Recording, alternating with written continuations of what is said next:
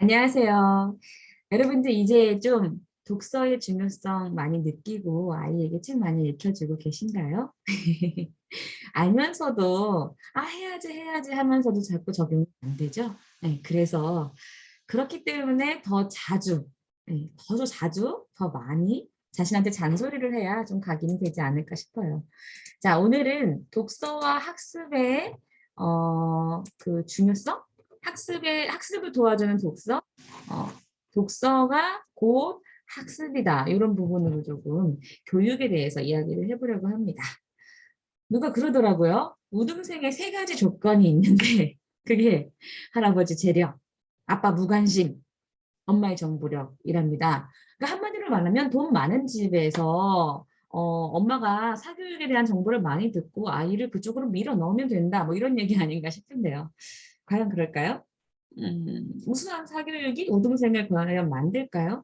네, 뭐 얼핏 보면 그런 것 같기도 해요. 그리고 학군지, 좀 우리나라에서 정말 유명한 학군지에서 명문대에 진학하는 확률이 높은 걸 보면 확실히 교육열이 곧 뭐 진학률이다라고 할 수 있겠죠. 그런데 그것만이 답은 아닌 것 같습니다. 왜냐, 어, 우리 얼핏 보면 그런 것 같아요. 유치원 때부터 이제 사교육 효과가 좀 나타납니다. 막 남의 집 아이들이 막 영어로 막 얘기하면은 엄마들은 불안해지잖아요. 그러면서 이제 있는 집은 영어 유치원에 몰아넣고 없는 집은 영어 프랜차이즈 학원에 아이들을 몰아넣습니다. 근데 우리가 놓치는 게 있답니다. 이 효과가 계속 지속되지가 않는다는 거죠. 이게 뭐랄까 맹점이라고 할 수 있겠어요. 더더군다나 교육 전문가들은 이야기합니다. 사교육은 자기주도 학습과는 거리가 멉니다. 네, 그래서 자기주도 학습이 사실은 먼저다라고 다들 알고 계시고 그 중요성은 뭐 다 인식하시죠. 근데 현실적으로 알면서도 내 아이를 학원으로 보내는 게 문제가 아닌가 싶은데요. 자, 사교육의 문제점을 먼저 말씀드리겠습니다. 사교육에 두 가지의 큰 문제점이 있어요. 자기주도 학습이 되지 않는 두 가지의 문제점인데요. 첫째, 사교육은, 그리고 또 교육 효과에 있어서 두 가지의 문제점이기도 해요.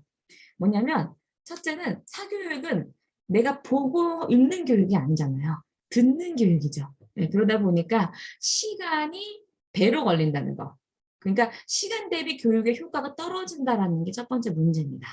네. 그리고 두 번째는 어찌 됐건 사교육은 수동적인 교육이라는 거예요. 능동적으로 내가 찾는 교육이 아니고요. 나랑 내 목적이랑 상관없이 나한테 그냥 쏟아지는 교육이 바로 사교육이죠. 그러다 보니까 자기주도 학습이 불가능해지고 시간은 배로 걸리고 그 시간에 비해서 교육 효과는 떨어지고 그런 태도가 익숙해지면 나는 무기력해지고 네, 그게 바로 사교육의 맹점이라고 할 수 있겠습니다. 저는 학교에서 이런 친구들을 굉장히 많이 봅니다. 그야말로 학원 좀비라고 얘기를 하고 싶어요. 미안해 얘들아. 근데 정말 제가 보기에 학원 좀비예요. 요즘 아이들 학교에서 만나면요. 너무 무기력해요. 자기가 없습니다. 자기 생각이요, 내 감정이요, 표현 못합니다. 다 그런 건 아니에요. 근데 그런 경우들이 점점 더 많아지고 있다라는 게 저는 몸소 체감이 되거든요. 그러면서 이제 학생들과 이야기를 해봅니다. 너 학교 방과 후에 뭐 해? 학원 다녀요. 몇 개 다녀? 3개 다녀요. 5개 다녀요. 정말 깜짝 놀랐어요. 학원이 기본 2~3개는 기본이더라고요. 그런데 그러면 학원 갔다 오면 뭐 해? 학원 숙제해요. 잠은 언제 자? 2시 반이요. 왜? 너무 열받아서 스트레스 받아서 게임으로 풀어요. 뭐 이렇게 얘기를 하는 거예요. 얘네가 그렇구나. 그러면 그 시간 속에 책은 언제 읽을까? 못 읽겠다. 당연한 수순이죠. 학교 갔다 와서 학원 가고, 학원 갔다 와서 숙제하고, 숙제하다 보니 스트레스 받고 게임하고 자고. 이게 아이들의 일반적인 패턴이 아닌가 싶더라고요. 참, 근데 정말 안타까운 건요. 그 대다수의 시간을 보내는 모든 교육 현장이 능동적인 교육이 아니라는 게 있어요. 아이들 말로 그럽니다. 자기 학원에서 병풍하다 온대요, 병풍. 이 말 들으면 진짜 엄마들 가슴이 미어 터집니다. 내가 우리 애한테 다른 세상을 보여주려고 얼마나 돈을 아끼고 모으고 또 새로 벌어가지고 그 피 같은 돈을 학원에 투자한 건데 아이 말로 그래요. 자기 병풍이래요. 근데 다 그렇대요. 다 대다수가 병풍이고 정말 뛰어난 애 한둘 위해서 학원은 운영되나 봅니다. 안타깝죠? 네, 이렇게 아이들의 현상을 좀 말씀드렸어요. 그러다 보니까 우리 아이들의 문해력이 떨어진다는 건 다들 알고 계실 겁니다. 읽고 이해하는 능력을 기를 시간이 없는데 어떻게 문해력이 생기겠어요? 그렇죠? 네. 근데 간혹 책을 안 보고도 좀 머리가 깨어있는 아이들이 있대요. 그런 아이들은 참 특이하지만 자기만의 패턴이 있습니다. 평소에 왜 그렇지? 왜 그럴까? 라고 이렇게 사고하는 친구들 있죠. 네, 이런 친구들이 책을 안 읽고도 언어 능력이 뛰어난 아이들이라고 해요. 그래서 내 아이를 잘 보셔야 돼요. 얘가 책을 안 읽는데도 뭔가 자꾸 이렇게 왜 그럴까 하고 의문을 품나? 혹은 아무 생각 없이 사나? 아무 생각 없이 사는데 학원을 좋아하지도 않아? 빨리 끊으세요. 병풍시키느라고 돈 지금 낭비하시는 거예요. 네. 안타깝죠. 이게 정말 우리의 현실이라 너무 안타까워요. 특히 이런 경우라면은 절대로 책만이 내 아이의 언어 능력을 키우고 공부 머리를 기르는 방법이라고 하는데요. 이런 아이들이 있죠. 국어를 싫어합니다. 성적이 낮아요. 책을 월 2권 이하를 읽어요. 독서 속도가 아주 빨라요. 혹은 만화를 자주 봐요. 사교육에 대한 의존도가 높아요. 가끔 문맥이 안 맞는 말을 해요. 게다가 또 뭐랄까 중고등학교, 그러니까 초등에서 중등 올라갈 때 혹은 중등에서 고등 올라갈 때 성적이 뚝뚝 떨어졌어요. 이런 친구들은 100%입니다. 100% 책을 안 읽어서. 그래서 왜 진학할 때 성적이 떨어지는 아이들, 이런 이들에 대해서 많이들 전문가들이 얘기하기로 사교육의 효과 때문이다라고 얘기를 해요. 사교육이 제대로 그 효과를 발휘하는 초등학교 때까지야. 그리고 고등학교 이후에는 절대로 사교육의 효과가 발휘될 수 없다고 하니. 근데 우리는 사실 중고등학교 갈수록 사교육을 더 많이 시키잖아요. 네, 좀 생각해 보셔야 할 문제가 아닌가 싶습니다. 대처법도 있답니다. 본인의 아이가 이런 경우라면요. 지금부터라도 책을 읽혀서 다시 한번 공부머리를 길러주는 게 어떠신가 싶은데요. 일단은 책을 제대로 애가 어리든 중학생이든 고등학생이든 마찬가지입니다. 책을 제대로 수준에 맞게 읽히는 게 중요하다고 해요. 엄마들은 책 많이 읽으면 좋아합니다. 그리고 책 빨리 읽으면 되게 좋아하죠. 우리 애가 다 독을했어 막 이러면서. 그리고 막 속독을 할 줄 알아 이런 거 되게 좋아하는데요. 사실 그게 아니래요. 제가 지난번에 책을 맛있게 읽는 법에 대해서 이야기를 했잖아요. 아이가 책 목차만 보고도 책의 줄거리를 잘잘잘잘 얘기할 수 있을 정도가 되어야 책을 제대로 읽었다고 할 수 있고요. 그리고 아이의 언어 능력 평가를 해보면 그 아이의 수준을 알 수 있다고 합니다.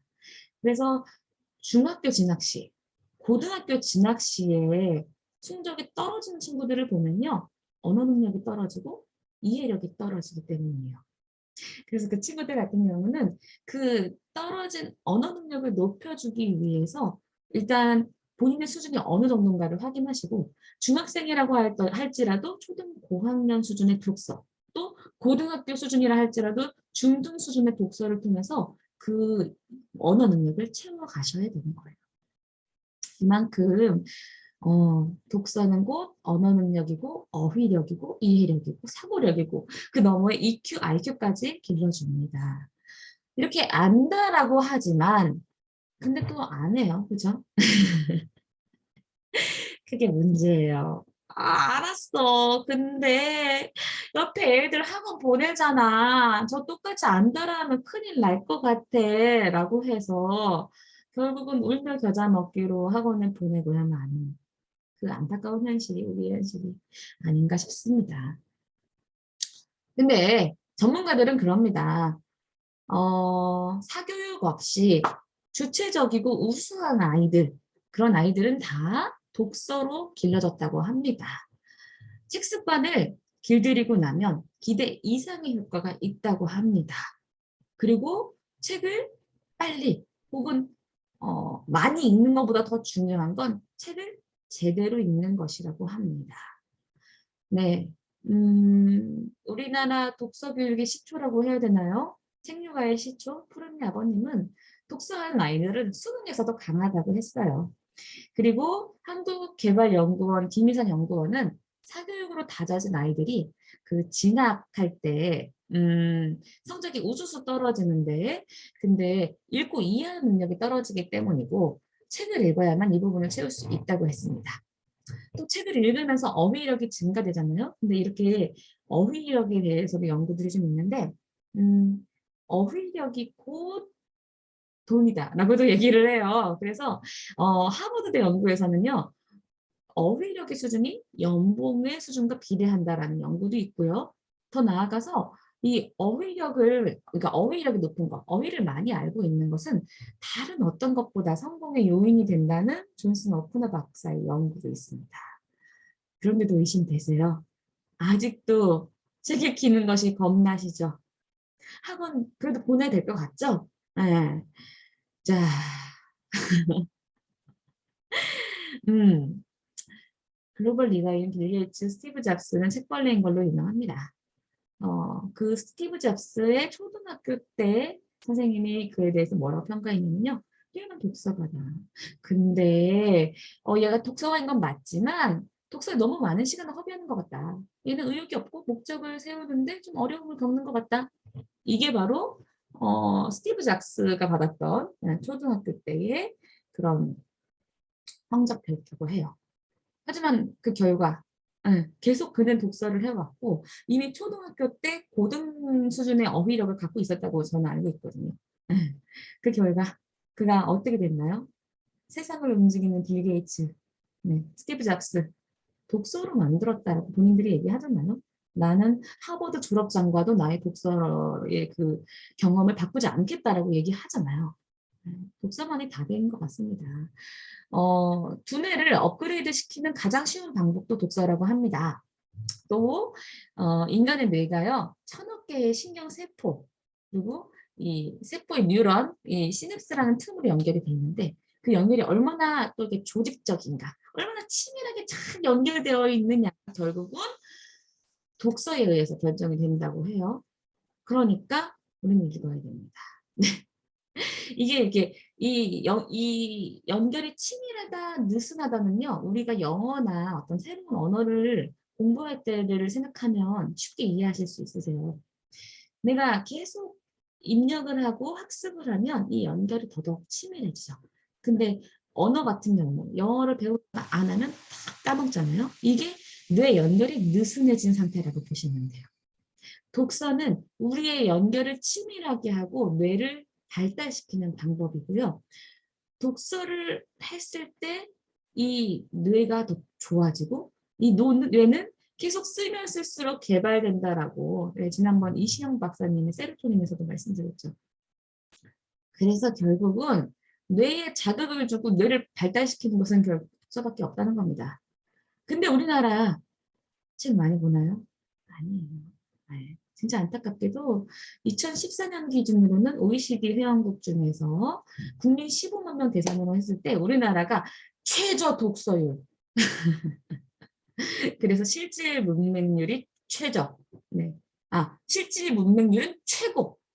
실질적으로 우리나라 이 사람들이 정말 문맹률이 높답니다. 네. 읽어도 이해하지 못하는 능력, 이게 바로 문맹이라 할 수 있겠잖아요. 그 퍼센테이지가 높다는 거죠. 책을 안 읽기 때문에 당연한 결과인 거예요. 그래서 결국은 독서가 답이다. 독서가 학업 성취의 바탕이다. 그리고 우리 아이들의 학습에 있어서 열심히 학원을 열심히 보내고 막 뭔가 열심히 아이한테 막 뭔가를 막 가르치고 이거보다 더 중요한 건 제대로 효과를 내는 거다. 그러려면 어떻게 해야 된다? 책 읽혀야 된다. 책 읽히는 것만이 아이의 공부 머리를 살리는 방법이다. 네, 독서밖에 답이 없다. 이렇게 마무리를 하겠네요. 자, 연구하시는 많은 분들이 되게 구체적인 이야기들을 하십니다. 언어 능력, 우리가 정말 이제 수능에 딱 필요한 언어 능력은요, 읽기 플러스 사고력 플러스 수학 능력이라고 보시면 된다요. 읽기 능력은 글을 읽고 의미를 이해하는 능력으로 공부머리의 핵심이고요. 사고력은 언어를 이용해서 생각하는 능력이라고 합니다. 언어가 복잡하고 예리할수록 사고력이 높고 단순하고 둔할수록 사고력이 낮다. 그리고 우리가 또 이제 수학 능력 얘기 많이 하잖아요. 수학 능력은 논리의 이 머릿속에 있는 어떤 논리 체계라고 보시면 돼요. 그래서 책을 많이 읽다 보면 특히 이야기책이나 소설책 같은 거 많이 읽다 보면요. 주인공의 어떤 인물 관계, 주인공의 어떤 상황들 이런 것들을 막 연달아 생각하게 되죠. 네, 그러면서 내 머릿속에는 층층층층층층층층 머리에 층이 생깁니다. 그러면서 논리력이 저절로 개발된다라고 합니다. 자, 이제 정말 많은 이야기 했는데요. 결국은 사교육에 휘둘리지 않으려면 초등, 중등, 고등으로 올라갈수록 흔들리지 않고 내 아이가 주도적으로 또 성적을 지속적으로 향상시킬 수 있으려면 수능에서 강자가 되려면 또 세상을 바꾸는 리더가 되려면 결국은 독서밖에 답이 없다. 네. 아주 뛰어난 학원을 찾아다니는 정보력을 막 찾느라 바쁠 시간에 내 아이 책을 켜라. 이렇게 정리를 해야 될 것 같네요. 쉽지 않습니다. 하지만 확신을 갖고 하는 사람에겐 답이 있을 것 같습니다. 그 답을 여러분들은 책에서 찾아봤으면 좋겠습니다. 오늘 여기까지 하겠습니다.